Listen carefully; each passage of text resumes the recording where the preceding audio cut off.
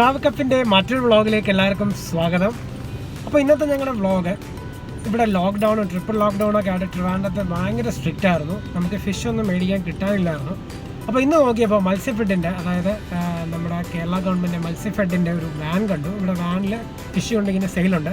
അപ്പോൾ നമുക്കൊരു അടിപൊളി ഫിഷ് വാങ്ങിച്ചൊരു കിടിലം ഫ്രൈ ചെയ്യും.